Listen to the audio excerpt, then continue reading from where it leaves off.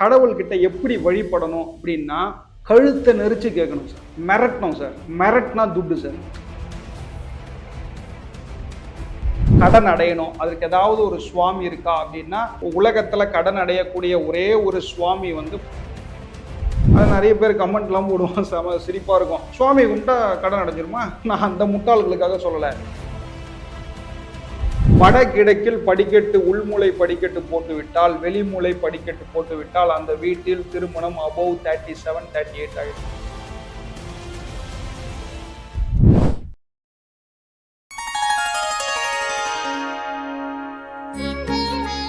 Sri Varahi TV நேயர்கள் அனைவருக்கும் வணக்கம். நான் உங்க ஜித்து. இன்னைக்கு என் கூட ஒரு ஸ்பெஷலான ஒரு கெஸ்ட் இருக்காங்க. வாஸ்து ஜெயபிரகாஷ் சார் தான் இருக்காங்க. வணக்கம் சார். வணக்கம் சார். ஸ்ரீமதே விஷ்ணு சித்தாரே மனோநந்தன ஏதுவே நந்த நந்தன சுந்தரியே கோதாய நித்திய மங்கலம். சொல்லுங்க சார். இப்போ நீங்க ஒருத்தர் வீட்டை வச்சு நீங்க சொன்னீங்க சார். ஆனா எனக்கு ஆச்சரியமா இருந்தது என்னன்னா, கோவிலுக்கும் வாஸ்து பாக்குறாங்க அப்படின்றது தான் எனக்கு இதா இருந்தது. கடவுள் சம்பந்தப்பட்ட விஷயம் தான் சார். அதுக்கே வாஸ்து பாக்குறாங்க சார். அனைத்திற்குமே வாஸ்து உண்டு சார். இந்த கோவில்ல எப்படி, அதாவது நம்ம உடம்பு எப்படி இருக்கோ இந்த ஸ்ட்ரக்சர்ல தான் கோவில் அமைச்சிருப்பாங்க. ஆமா, அந்த கோவில் வந்து ஒவ்வொரு திக்கும் ஒவ்வொரு விஷயங்களை பேசும் சார். இப்போ உதாரணத்துக்கு காஞ்சிபுரம் காமாட்சி அம்மன் கோவில் வந்து தென்கிழக்கு சம்பந்தப்பட்ட கோவில். அது அந்த அம்பாள் வந்து கேவல கும்ப நிலையில வீற்றிருப்பாள். பணம் சம்பந்தப்பட்ட சுவாமி அவர். நவ கிரகங்களும் காமாட்சி அம்பாளுக்குள் அடக்கம். இப்ப நீங்க வராகி சேனல் இல்லையா, வராகியே வந்து காமாட்சி அம்மனுக்கு போர்படை தளபதி. உலகத்திலேயே முதல் சாஸ்தா எங்க இருக்காருன்னா காஞ்சிபுரம் காமாட்சி அம்மன் கோயில்ல அம்பாளுக்கு பின்புறம் பூர்ணகலா புஷ்கலா அப்படின்னு மனைவிமாரோட இருக்காங்க. நாக சுப்பிரமணியரா முருகர் அங்க இருக்கார். கொற்றவையா அங்க காளி இருக்கா. 108 திவ்ய தேச பெருமாள்ல ஒரு பெருமாள் காஞ்சிபுரம் காமாட்சி அம்மன் கோவிலுக்கு கருவறைக்கு பின்னாடி இருக்கார். திருக்கல்வனூர் கல்வ பெருமாள்னு பேரு. சௌந்தரவல்லி தாயார்னு பேரு. அம்பாளுக்கு மிகப்பெரிய விசேஷம் அப்படின்னா, யாராவது கேன்சர் பேஷண்ட்ஸ் ஒரு 4th ஸ்டேஜ் 3rd ஸ்டேஜ்ல இருக்கேன், ரொம்ப கிரிட்டிக்கலா இருக்கேன், சாவர நாள் எனக்கு தெரிஞ்சு போச்சு, வாழற நாள் எனக்கு நரகம், என்னால ஒரு 10 வருஷம் தள்ளி போட்டா என் மகனுக்கு கல்யாணம் பண்ணிடுவேன், கமிட்மெண்ட்ஸை முடிச்சிருவேன், என் கடமையை முடிச்சிருவேன். யாருனாவது கேன்சர் பேஷண்ட்ஸ் இருக்காங்க அப்படின்னா, நான் ஓப்பனா சொல்றேன், காஞ்சிபுரம் காமாட்சி அம்மனை பிடித்து கொண்டால் ஒரு 5 வருஷம் உங்களுக்கு வாழ்க்கை எக்ஸ்டெண்ட் உண்டு. இது என்னுடைய ரிசர்ச். மிகப்பெரிய பவர்ஃபுல் சென்ட்ரிக்னா காஞ்சிபுரம் காமாட்சி அம்பாள் தான் சார். நான் காஞ்சிபுரம் காமாட்சி அம்பாளை எப்ப தரிசனம் பண்ணணும் அப்படின்னு நீங்க கேட்டீங்கன்னா, ஒவ்வொரு பௌர்ணமி அன்றும் இரவு நவாவர்ண பூஜைன்னு ஒரு பூஜை நடக்கும். அந்த பூஜை வந்து ஸ்ரீ சக்கரத்துக்கு பண்ணுவாங்க. அப்ப ஸ்ரீ சக்கரத்திற்கு பண்ணுகின்ற பொழுது இரவு பூஜை முடிக்கும் பொழுது தீர்த்தமா பால் கொடுப்பாங்க. இந்த பூஜை எப்போ ஆரம்பிக்கும்னா நைட்டு 9:30க்கு தான் ஆரம்பிக்கும். இரவு முழுவதும் ஒவ்வொரு பௌர்ணமி அன்றும் காஞ்சிபுரம் காமாட்சி அம்மன் கோயில் நடை திறந்திருக்கும். அப்போ நவாவர்ண பூஜையில கலந்து கொண்டால் மிகப்பெரிய மாற்றங்கள் வரும் சார். கண்டிப்பா சார். இப்போ நீங்க கோவிலுக்கும் வாஸ்து இருக்கு அப்படின்ற சொல்லியிருந்தீங்க. இப்போ ஒவ்வொரு கோவிலுக்கும் வாஸ்து உண்டு. ஓகே. இப்போ வீட்டுல நம்ம கஷ்டமா இருக்கு அப்படின்ற போது இந்த டெம்பிள் இப்போ நீங்க சொன்னீங்களா காஞ்சி காமாட்சி அம்மன் கோயில், அந்த மாதிரி இந்த டெம்பிள்ல போனீங்கன்னா இந்த பிரச்சனைகளை தீர்வாகும் அப்படின்ற மாதிரி இருக்கா சார்? நிச்சயமா சார். இப்போ அதாவது கடன் வந்து மிகப்பெரிய கழுத்தை நெருக்குது, என்னால ஒண்ணுமே பண்ண முடியல. நான் நிறைய ஜோசியக்காரனை பார்த்துட்டேன், எனக்கு அதை பண்ணு இதை பண்ணுன்னு சொல்றான், இந்த வளையத்தை போடு, இந்த கருப்பு கயிறு கட்டு, பச்சை கயிறு கட்டுன்றான், எல்லாம் பண்ணுன்றான். என்னால ஒன்றும் பண்ண முடியல சார். கடன் அடையணும், அதற்கு ஏதாவது ஒரு சுவாமி இருக்கா அப்படின்னா உலகத்துல கடன் அடையக்கூடிய ஒரே ஒரு சுவாமி வந்து பழனி முருகர் தான். ஆமா, பழனியை போய் தரிசனம் பண்ணிட்டு கீழே மொட்டை அடிச்சுட்டு யானை பாதை வழியா சுவாமியை பார்த்துட்டு அன்னதானம் சாப்பிட்டு வந்தாலே கடன் அடையக்கூடிய வழியை பழனி ஆண்டவன் வந்து கொடுப்பார் சார். அது நிறைய பேர் கமெண்ட்லாம் போடுவோம், செம சிரிப்பா இருக்கும். சுவாமி கும்பிட்டா கடன் அடைஞ்சிருமா? நான் அந்த முட்டாள்களுக்காக சொல்லலை. யார் நம்பிக்கையாக சுவாமியை மொட்டை அடிச்சுட்டு யானை பாதை வழியா சுவாமியை பார்த்துட்டு அன்னதானம் சாப்பிட்டு வரானோ அவனுடைய கடன் வந்து 100% அடையும் சார். இதற்கு நானே உதாரணம். எனக்கும் நடந்திருக்கு, கடன் அடைந்திருக்கிறது, நன்றாக இருக்கிறேன். அந்த ஜோதிட ரீதியா பேசணும் அப்படின்னா பழனி என்பது செவ்வாயும் சந்திரனும் மிகப்பெரிய ஸ்ட்ராங்கான கோவில். சீருடை பணியாளர்கள் யாராவது நான் வந்து நல்ல பொசிஷன் வரணும், அத இந்த ஐஏஎஸ் ஐபிஎஸ் ஐபிஎஸ் ஆஃபீஸர்ஸ் இருக்கணும். ஆஃபீஸர்ஸ், இல்லைன்னா ஐஜிஸ் டிஐஜி, இல்லைன்னா வந்து நான் எஸ்ஐலேருந்து எஸ்எஸ்ஐலேருந்து எஸ்ஐயா மாறணும், எஸ்ஐலேருந்து நான் இன்ஸ்பெக்டராக மாறணும்னு நினைக்கிறவங்க பிடித்து கொள்ள வேண்டிய ஒரு கோவில், கடன் அடையக்கூடிய ஒரு கோவில் அப்படின்னா பழனி முருகர் சார். மிகப்பெரிய மாற்றம். அருமை சார். இப்போ நீங்கள் அழகாக சொன்னீங்க, ஒரு பொருளாதாரத்தில் இந்த மாதிரி ஒரு ஒர்க் ரீதியாக மேலே வரணும்னா இந்த மாதிரி பண்ணணும், இந்த கோயில் போகணும்னு சொன்னீங்க. வாஸ்துக்கும் திருமணத்துக்கும் ஏதாவது கனெக்ட் இருக்கா சார்? இந்த மூளை பாதிச்சா திருமணம் பாதிப்பாகும், அந்த மாதிரி ஏதாவது இருக்கா? நிச்சயமா உண்டு சார். இப்போ உதாரணத்துக்கு வாஸ்து அப்படின்னு எடுத்தோம்னா திருமணம்னாலே வடகிழக்கு தென்மேற்கு தான் சார். ஓரளவுக்கு வடமேற்கு சொல்லலாம் சார். யார் வீட்லயாவது வடகிழக்குல தேவையில்லாத செப்டிக் டேங்கோ அல்லது தேவையில்லாத படிக்கட்டு போட்டாங்கன்னா அந்த வீட்டுல திருமணம் நடக்காது சார். வடகிழக்கில் படிக்கட்டு, உள்மூளை படிக்கட்டு போட்டு விட்டால், வெளிமூளை படிக்கட்டு போட்டு விட்டால் அந்த வீட்டில் திருமணம் above 37, 38 ஆயிடும். Okay okay. ஆமா. ஏன் above 37, 38 அப்படின்னா அந்த படிக்கட்டை அப்பதான் உடைக்கணும்னு அவனுக்கு ஞானம் வரும். இல்ல சார் நான் உடைக்க மாட்டேன் சார்னா திருமணம் நடக்காது. அப்போ தென்மேற்குல உள்மூலையில ஏதாவது ஒரு தேவையில்லாம பூஜை அறையோ அல்லது செப்டிக் டேங்கோ தவறுதலாக உள்மூளை படிக்கட்டு தென்மேற்குல போட்டீங்க அப்படின்னா உங்க வீட்டுல ப்ராப்ளம் அரைஸ் ஆகும். திருமணம் ஆனாலும் அங்க டைவர்ஸ்ன்ற ஒரு விஷயத்தை நான் பாக்குறேன் சார். அப்போ வடகிழக்கு தென்மேற்கு திருமணத்துக்கு உண்டான ஒரு மிகப்பெரிய பகுதி சார். இப்ப நிறைய பேருக்கு திருமணம் ஆகல, நிறைய பேர் நிறைய பூஜை பண்ணுவாங்க. இல்லடா கண்ணு, நீ வந்து இந்த கோவிலுக்கு போயிட்டு ஒரு 6 வாரம் போயிட்டு வா, விளக்கேத்திட்டு வா. அப்புறம் வந்து இங்க ஒரு முருகன் கோயில் இருக்கு கண்ணு, எல்லாருமே போயின்னு இருக்காங்க, அங்க போயிட்டு ஒரு 6 செவ்வாய்க்கிழமை போயிட்டு வா. நடக்குமா? முருகர் உண்மை, முருகர் தான் என்னுடைய வாழ்க்கையை மாற்றினார். ஆனால் உன்னுடைய வீட்டுல தப்ப வச்சுக்கிட்டு நீ எந்த கோவிலுக்கு போனாலும் எடுபடாது.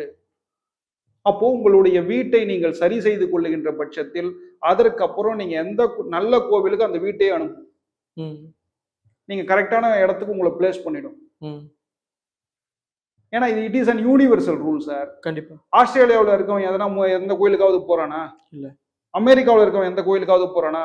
இல்ல, போக மாட்டான். அப்போ வீட்டிற்கும் நல்ல வீடு அமைஞ்சிட்டதுக்கு அப்புறம் நீங்க கோவில் போறதே கம்மி ஆயிடும். எப்பனா ஒரு தடவை தான் கோவிலுக்கு போவீங்க. உங்களதான் நல்ல இடத்துக்கு அதை அமைச்சிருச்ச, நல்ல வாழ்க்கையை கொடுத்துருச்ச, அப்புறம் எப்ப கோயிலுக்கு போவீங்க நீங்க? கஷ்டம் வரும்போது கடவுளை நினைப்பாங்க. அப்போ மன நிம்மதியா இருக்கணும், செல்வ செழிப்பா இருக்கணும்னு சொல்லிட்டு தான் சார் நம்ம கோவிலுக்கே போறது. கோவிலுக்கு போய் நம்ம என்ன பண்றோம்? சுவாமி கிட்ட பிச்சை தான் கேட்டுன்னு இருக்கோம். எனக்கு அது கூட இது, எனக்கு அதை கூட இது கூட, எனக்கு வந்து நாளைக்கு காலையில காசா கிராண்ட்ல வீடு வாங்கணும், நான் இப்போ வந்து ஸ்விஃப்ட் டிசையர் கார் வச்சிருக்கேன், அடுத்தது வந்து லெக்ஸஸ் எல்எம் வாங்கணும், இப்படிதான் நம்ம வந்து பிச்சை கேட்டுக்கிட்டு இருக்கோமே தவிர கடவுளிடம் பிச்சை கேட்க கூடாது சார். நன்றி சொல்லுங்க கடவுளுக்கு. நானும் இது மாதிரி தான் கேட்டுட்டு இருந்தேன். இப்படிதான், கடவுளே எனக்கு வேலை கொடு, எனக்கு கம்ப்யூட்டர் சயின்ஸ் கார்பரேஷன் பழகிட்டாங்க, கடவுள்கிட்ட கேள்வி கொடுத்துருவாங்க. ஆமா, டிசிஎஸ்ல வேலை கொடு, சிடிஎஸ்ல வேலை கொடு. நான் கடைசி வரைக்கும் வேலை செஞ்சு இன்னொருத்தனை உயர்த்திட்டு நான் பிச்சைக்காரனாவே இப்படியே இஎம்ஐ கட்டி சாவுறேன் கடவுளே. அப்ப கடவுள் என்ன பண்ணுவாரு? சைடா நாயே வச்சுக்கொண்டு கொடுத்துருவாரு. இதனை கேட்கிற இதனை கேட்கிற. அப்போ கடவுளிடம் என்ன கேட்க வேண்டும் என்றால், கடவுள் கிட்ட எப்படி வழிபடணும் அப்படின்னா கழுத்தை நெரிச்சு கேட்கணும் சார். மிரட்டணும் சார். மிரட்னா துட்டு சார். எனக்கு எங்க குருநாதர் சொல்லி கொடுத்தது. நான் இது வரைக்கும் பிச்சை தான் கேட்டுன்னு இருந்தேன் 2018-19 வரைக்கும். அதற்கப்புறம் கடவுளை மிரட்டணும் சார். எனக்கு குடுப்பியா மாட்டியா, நான் இப்படிதான் வாழணும், நான் இப்படிதான் இருக்கணும் அப்படின்னு நீங்க மிரட்டணும் சார். காதலாகி கனிந்துருங்கி ஒரு அன்பா மிரட்டினீங்கன்னா, கேட்டீங்கன்னா, உரிமையா கேட்டீங்கன்னா, தேங்க்ஸ் கிவிங் பண்ணீங்கன்னா, கடவுளே எனக்கு இவ்வளவு கொடுத்ததற்கு நன்றி, இன்னும் என்ன செல்வ செழிப்பா வைப்பதற்கு நன்றி சொன்னாலே மிகப்பெரிய லெவல்ல நீங்க இருப்பீங்க. நிறைய பேர் பண்ற மிஸ்டேக்கே தான். அந்த ஆள் என்ன பண்றான், ஒரு சரி இவன் வந்து நிக்கிறான், இவனுக்கு ஒரு 5 கோடி ரூபாய் கொடுப்போன்னு அவர் நினைச்சு வச்சிருப்பாரு. கடவுளே எனக்கு ஒரு 10 லட்சம் கடும் கடவுளே, என்ன இவனுக்கு 5 கோடி ரூபாய் கொடுக்கணும்னு நினைக்கிறோம், இந்த நாயே நமக்கு 10 லட்சம் தான் கேட்குது, சரி ஓடிப்போ அப்படின்னு. எனக்கு கரெக்டா வேண்டுடா, நான் கரெக்டா கொடுப்பேன் அப்படின்ற மாதிரி. அதனால நானும் அப்படிதான் பண்ணேன். நானும் அதெல்லாம் கடந்து வந்திருக்கேன்ல. நானும் கடவுள்கிட்ட போய் எனக்கு இவ்வளவு கொடு அவ்வளவு கொடு இப்படிதான் கேட்டுட்டு இருந்தேன். அதுக்கப்புறம் இந்த இறைவனிடத்தில் எப்படி வேண்ட வேண்டுமோ அப்படிதான் வேண்ட வேண்டும். ம். இதற்கு மிகப்பெரிய உதாரணம் வந்து திருப்பதி பெருமாள் சார். உண்மை, உண்மை. திருப்பதி பெருமாள்கிட்ட நீங்க வேண்டுதல் வச்சீங்கன்னா நிச்சயமா நடத்துவான் சார். மிகப்பெரிய சுவாமி திருப்பதி பெருமாளும் திருச்செந்தூர் செந்திலாண்டவனும் நீங்கள் வேண்டுதல் வைத்து விட்டால் மிகப்பெரிய லெவல்ல மாறுவீங்க சார். திருப்பதி பெருமாள்கிட்ட கேட்கும் போது அவர்கிட்ட போயிட்டு சுவாமி எனக்கு இதை பண்ணி கொடு, நான் இவ்வளவு பணம் போடுறேன் அப்படிலாம் வேண்டக்கூடாது. யோ இதை நடத்தி கொடு, நடத்தி கொடுக்கலாம் நான் உன்னோட கோவிலுக்கே வரமாட்டேன்னு வேண்டிங்க. சூப்பரா நடத்தி கொடுப்பான் சார். அது திருப்பதி போன திருப்பம் வரும்னு சொல்லுவாங்களே. நிச்சயமா சார், சூப்பரா நடத்தி கொடுப்பான். கடவுளை மிரட்டினா துட்டு. நிச்சயமா முதல் முறையா நான் சொல்லி கேட்கிறேன். எல்லாரும் அன்போட கேட்கணும், கருணையோட கேட்கணும். நீங்க தான் முதல் தடவை மிரட்டி கேளுங்க அப்படின்னு. நான் முதல் தடவை நான் இல்ல, என்னுடைய குருநாதர் சொல்லியிருக்காரு. அதனால நான் முதல் தடவைலாம் கிடையாது சார். என் குருநாதர் சொன்னதை சொல்றேன். மிரட்டினா துட்டு சார். கடவுளை நீங்கள் மிரட்டி அன்பால மிரட்டி கேட்டீங்கன்னா துட்டு சார். கண்டிப்பா நீங்க கேட்டதை கொடுப்பான் சார் திருப்பதி பெருமாள். அதே மாதிரிதான் திருச்செந்தூர் செந்திலாண்டவன். மிகப்பெரிய விசேஷம், மிகப்பெரிய சுவாமி. யாராவது இப்ப திருமணத்தை பத்தி பேசிட்டு இருக்கோம் இல்லையா, யாருக்கெல்லாம் திருமணம் ஆகலையோ அந்த திருச்செந்தூர்ல போய் மடிப்பிச்சை எடுங்க சார். நான் மடிப்பிச்சை எடுத்திருக்கேன். மடிப்பிச்சை எடுத்ததுக்கு அப்புறம் தான் என் வாழ்க்கை மாறிச்சு. மடிப்பிச்சை எடுத்ததுக்கு அப்புறம் தான் எனக்கு திருமணமே நடந்தது. கடல்ல குளிச்சுட்டு சுவாமியை பார்த்துட்டு ஃபர்ஸ்ட் நாழி கிணறுல குளிக்கணும். நாழி கிணறுல கூட்டமா இருக்கும். அப்படி கூட்டம் இருக்குன்னா விட்டுருங்க. கடல்ல குளிச்சுட்டு சுவாமியை பார்த்துட்டு வெளியில வந்து மடியேந்தி பிச்சை எடுங்க. பெண்களாக இருந்தால் முந்தானையில எடுங்க, ஆண்களாக இருந்தால் தோல்ல துண்டு போட்டு எடுங்க. நீங்களா கேட்க கூடாது. கையேந்தி நில்லுங்க, பிச்சை போடுவாங்க. கை வராது பிச்சை எடுக்கிறதுக்கு. ஆமா, தயங்குவோம். தண்ணி கண்ணுல தண்ணி தான் வரும். கையேந்தி நில்லுங்க, பிச்சை போடுவாங்க. பிச்சை போட்டதுல இருந்து ஒரு 20 நிமிஷம் எடுங்க. எடுத்த காசை உண்டியல்ல போடாதீங்க. அதுங்க ஏதாவது ஹோட்டல்ல சாப்பிட்டு வந்துருங்க. எக்ஸ்ட்ரா ஆச்சுன்னா உங்க காசை கொடுத்துட்டு வந்துருங்க. மிகப்பெரிய உச்சகட்ட பரிகாரம் நான் சொல்றது. எல்லோருடைய லைஃபையும் புரட்டி போடுவார். சார் எனக்கு வேலை கிடைக்கல சார், மடிப்பிச்சை எடுங்க சார். திருமணம் ஆகல, மடிப்பிச்சை எடு. எனக்கு குழந்தை பாக்கியம் கிடைக்கல, மடிப்பிச்சை எடு.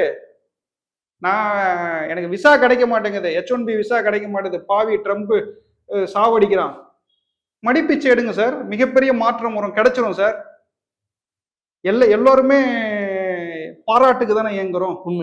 உண்மை தானே. ஒரு சின்ன பாராட்டுக்கு தானே எல்லாரும் இயங்குறோம். நக்கீரன் கோபால் ஆசிரியர் அழகா சொல்லுவாரு, எல்லா மனசுக்குள்ளயும் ஒரு பிச்சைக்கார புத்தி இருக்கும்ல, பாராட்டுக்கு ஏங்குவோம்ல அப்படின்னு சொல்லுவாரு நக்கீரன் கோபால். ட்ரம்ப்பே அதுக்கு தானே ஏங்குறாரு. எல்லாரும், எல்லா மனிதர்களும் டே நான் அதை நிறுத்திட்டேன்டா, டே நான் இதை நிறுத்திட்டேன்டா, எனக்கு நோபல் பரிசு கொடுங்கடா, டே ஒரு மிகப்பெரிய நம்ம எந்த சமஸ்தானத்துல எப்படி அதிபரா இருக்கோன்றத மறந்துட்டு டே எனக்கு நோபல் பரிசு கொடுறா டேன்னு கேட்கிறாரா இல்லையா? உண்மை.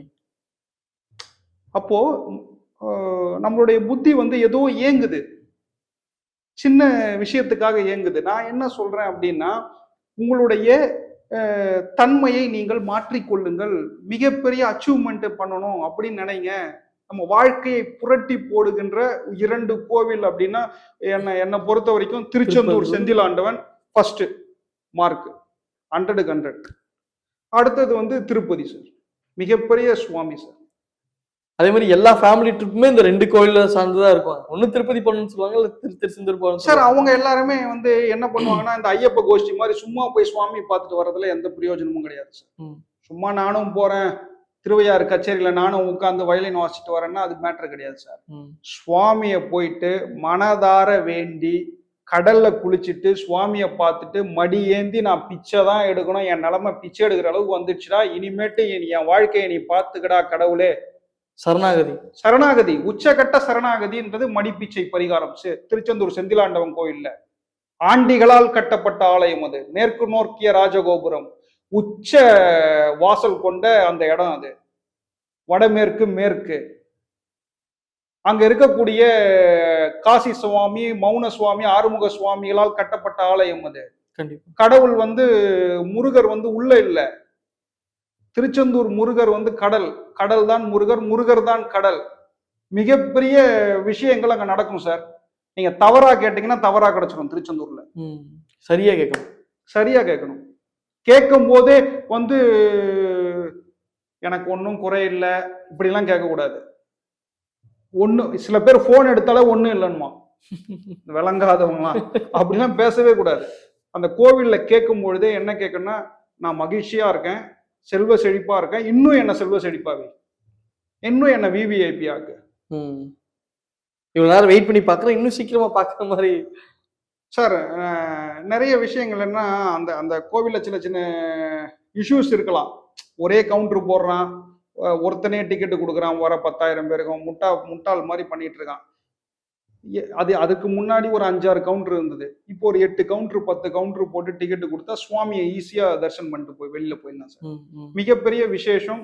அ எல்லா பிரச்சனைக்கும் டோலோ 650 ஒரு தீர்வு இல்லையா? ஆமா. அது மாதிரி தான் திருச்செந்தூர் செந்தில் ஆண்டவன் ஒரு தீர்வு சார். கண்டிப்பா. நிச்சயமா சார். நீங்க சொன்னீங்க பேசும்போது, ஒரு கிரானைட் முதற்கொண்டு வாஸ்துக்கு ரொம்ப முக்கியமா இருக்கு அப்படின்றது. நீங்க வாஸ்துன்னு சொல்லும்போது எனக்கு இந்த மூலை இது ஓகே. எப்படி சார் கிரானைட் அளவுக்கு உங்களால யோசிக்க முடியுது? சார் கிரானைட் என்பது பார்த்தீங்கன்னா, வீட்டுக்குள்ள நீங்க கிரானைட் போடக்கூடாது சார். மார்பிள்ஸ் யூஸ் பண்றதையும் கம்மி பண்ணலாம். கிரானைட் எங்க யூஸ் பண்ணலாம் அப்படின்னா, அது வந்து பெருமாள் சம்பந்தப்பட்டது. ஸோ அது குளிர்ச்சி சம்பந்தப்பட்டது. உடம்புக்கு கேடு. அந்த கிரானைட்ட கிச்சன் மேடையில மட்டும் தான் யூஸ் பண்ணலாம். ம். சாதாரணமா நீங்க டைல்ஸ் போட்டுக்கலாம். அது 2x2 போட்டுக்கலாம், இல்ல 1x1 போட்டுக்கலாம். அது உங்க விருப்பம். கிரானைட் யூஸ் பண்ணாமல் இருப்பது சாலச் சிறந்தது ஒரு வீட்ல சார். டைல்ஸ் முதற்கொண்டு இருக்கா சார் அதுக்கு வாஸ்துல? சார் வாஸ்து என்பது இப்படி கிடையாது. நீங்க அழகுபடுத்திக்கிறது தானே. ம். நான் யாரையும் டைல்ஸ் போட சொல்லல. ம். நீங்க தரை கூட போட்டுங்க. ம். நான் கிரானைட் யூஸ் பண்ணாதீங்கன்னு சொல்றேன். ஒரு வீட்ல. இவ்வளவு அழகா விரிவான விளக்கம் கொடுத்ததுக்கு ரொம்ப நன்றி சார். நன்றி சார்.